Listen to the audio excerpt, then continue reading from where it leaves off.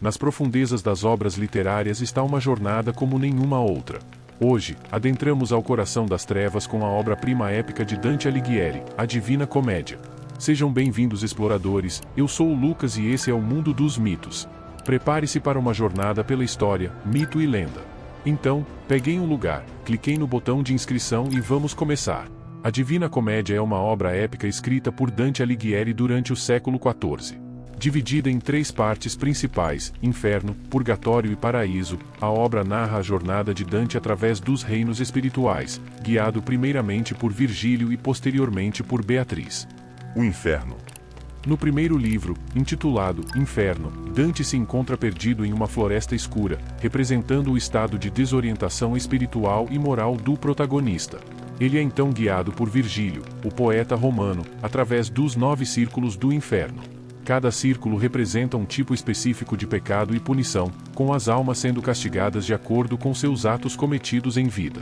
Os pecados incluem luxúria, gula, avareza, ira, heresia, violência, fraude e traição. Conforme Dante desce pelos círculos, ele encontra várias figuras históricas e mitológicas, como Cleópatra, Júlio César, Tristão e Isolda, e até mesmo personagens contemporâneos de Dante, cada um sofrendo punições adequadas aos seus pecados. No centro do inferno está localizado o 9º círculo, onde Satanás reside, aprisionado até a chegada do juízo final. Primeiro círculo, o limbo. No primeiro círculo, encontramos as almas dos justos não batizados e dos virtuosos pagãos. Este círculo é conhecido como limbo. As almas que residem aqui não sofrem tormento ativo como nos outros círculos, mas estão privadas da visão de Deus e do paraíso devido à falta do batismo cristão. Apesar de não serem punidas como os pecadores nos outros círculos, as almas do limbo vivem em uma espécie de tristeza perpétua, cientes de sua condição e da impossibilidade de alcançar a plenitude da felicidade divina. Este círculo serve como uma introdução ao terrível destino que aguarda aqueles que pecaram gravemente contra Deus. Segundo círculo, Vale dos Ventos. No segundo círculo, encontramos o castigo para os pecadores da luxúria. Este círculo é caracterizado por uma violenta tempestade eterna, onde os pecadores são constantemente arremessados de um lado para o outro pelos ventos furiosos. Os pecadores neste círculo estão destinados a passar a eternidade sofrendo nesta tempestade, simbolizando a falta de direção e estabilidade que sua luxúria lhes trouxe durante suas vidas terrenas. Este é apenas o começo do terrível caminho que Dante enfrentará enquanto desce mais profundamente nos círculos do inferno. Terceiro círculo, Lago de Lama. No terceiro círculo, encontramos o castigo para os pecadores da gula. Este círculo é caracterizado por uma chuva incessante, acompanhada por uma lama espessa e fétida. As almas dos glutões são condenadas a passar a eternidade deitadas na lama, sendo constantemente atormentadas pela chuva e pela lama suja que representa os resíduos de sua gula insaciável durante suas vidas terrenas. Quarto círculo, Colinas de Rocha. No quarto círculo, encontramos o castigo para os pecadores da avareza e da prodigalidade. Este círculo é dividido em 2 metades, onde os avarentos e os pródigos são punidos separadamente. Os avarentos são condenados a carregar grandes pesos de ouro e prata, simbolizando sua obsessão pelo dinheiro e sua relutância em compartilhá-lo com os necessitados durante suas vidas terrenas. Eles são incapazes de se curvar ou de olhar para cima, representando sua fixação egoísta nos tesouros materiais. Por outro lado, os pródigos são punidos de forma oposta, sendo forçados a correrem sem parar em círculos, sendo perseguidos por cães selvagens. Esta punição representa a extravagância e o desperdício excessivo dos pródigos durante suas vidas terrenas, nunca encontrando descanso ou satisfação. Quinto círculo, Rio Estige. No quinto círculo, encontramos o castigo para os pecadores da ira. Este círculo é caracterizado por um rio fervente de sangue e fogo, onde os pecadores são imersos até o pescoço. As almas dos iracundos são condenadas a passar a eternidade neste rio, sendo constantemente queimadas pelas chamas e sufocadas pelo sangue fervente. Os pecadores neste círculo são retratados como seres selvagens e descontrolados, incapazes de conter sua raiva e ressentimento, mesmo na morte. Suas punições refletem a dor e o sofrimento que causaram aos outros durante suas vidas terrenas, mostrando a justiça divina em ação. Sexto círculo, Cemitério de Fogo. No sexto círculo, encontramos o castigo para os pecadores da heresia. Este círculo é caracterizado por uma paisagem desolada e rochosa, onde os pecadores são presos em sepulturas de fogo. As almas dos hereges são condenadas a passar a eternidade queimando em chamas, simbolizando o castigo por suas crenças e ensinamentos considerados desviantes pela ortodoxia da época de Dante. Os hereges são retratados como seres presos em túmulos flamejantes, incapazes de escapar do fogo que consome seus corpos e almas.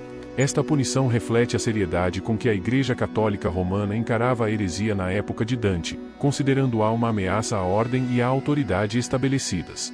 Sétimo círculo, Vale do Flegetonte. No sétimo círculo, encontramos o castigo para os pecadores da violência. Este círculo é dividido em 3 regiões circulares, cada uma dedicada a uma forma específica de violência. Na primeira região, os pecadores são imersos em um rio de sangue fervente, que representa a violência contra o próximo.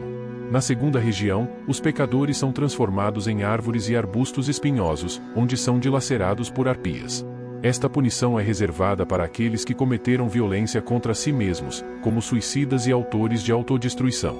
Na terceira região, os pecadores são imersos em uma planície desértica, onde são queimados sob uma chuva de fogo. Aqui estão os pecadores que cometeram violência contra Deus, a natureza ou a arte, como blasfemos, sodomitas e usurários. Cada região deste círculo representa diferentes formas de violência e suas respectivas punições, destacando a gravidade deste pecado aos olhos da justiça divina. Oitavo círculo, o Malebolge. No oitavo círculo, encontramos o castigo para os pecadores da fraude. Este círculo é subdividido em 10 fossos interligados, cada um dedicado a uma forma específica de fraude e engano. Os pecadores neste círculo são punidos de acordo com a natureza de suas fraudes, que incluem sedução, simonia, feitiçaria, corrupção política, hipocrisia, roubo, falsificação e traição. As punições neste círculo são extremamente variadas e cruéis, refletindo a seriedade com que Dante encarava o engano e a traição. Por exemplo, os traidores são congelados em um lago de gelo, enquanto os falsificadores são afligidos por doenças dolorosas e deformidades físicas. Cada fossa deste círculo serve como um lembrete sombrio das consequências terríveis da fraude e da importância da honestidade e da integridade moral. Este círculo destaca a complexidade e a diversidade do pecado humano aos olhos da justiça divina. Nono círculo, Lago Cocyte. No nono círculo do inferno de Dante, encontramos o castigo para os pecadores da traição. Este círculo é reservado para aqueles que traíram laços de confiança e relacionamentos pessoais, incluindo traição contra familiares, amigos, pátria e benfeitores. O nono círculo é dividido em 4 regiões, cada uma dedicada a diferentes formas de traição. Na primeira região, chamada de Cainã, estão os traidores contra seus parentes mais próximos, como filhos que se voltaram contra pais.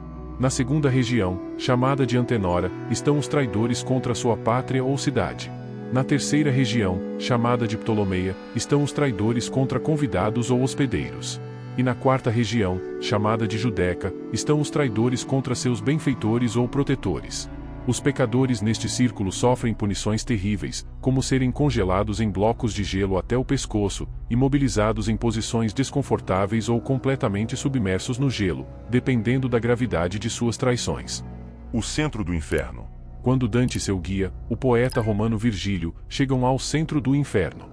Lá, encontram Satanás, preso em um bloco de gelo até a cintura, mastigando eternamente os 3 traidores mais infames da história, Judas Iscariotes, Brutus e Cássio. Após testemunhar essa cena terrível, Virgílio guia Dante através de um túnel que os leva à base do Monte do Purgatório, marcando o fim de sua jornada pelo inferno. Conclusão. O inferno de Dante é muito mais do que uma simples descrição do submundo. É uma obra que nos desafia a refletir sobre a natureza do bem e do mal, da justiça e da redenção. Seu impacto duradouro na literatura e na cultura é uma prova de sua relevância contínua. Se você gostou dessa história e quer mais conteúdo sobre mitologias, não se esqueça de se inscrever no nosso canal e deixar um like. Compartilhe suas reflexões nos comentários, e nos vemos no próximo vídeo.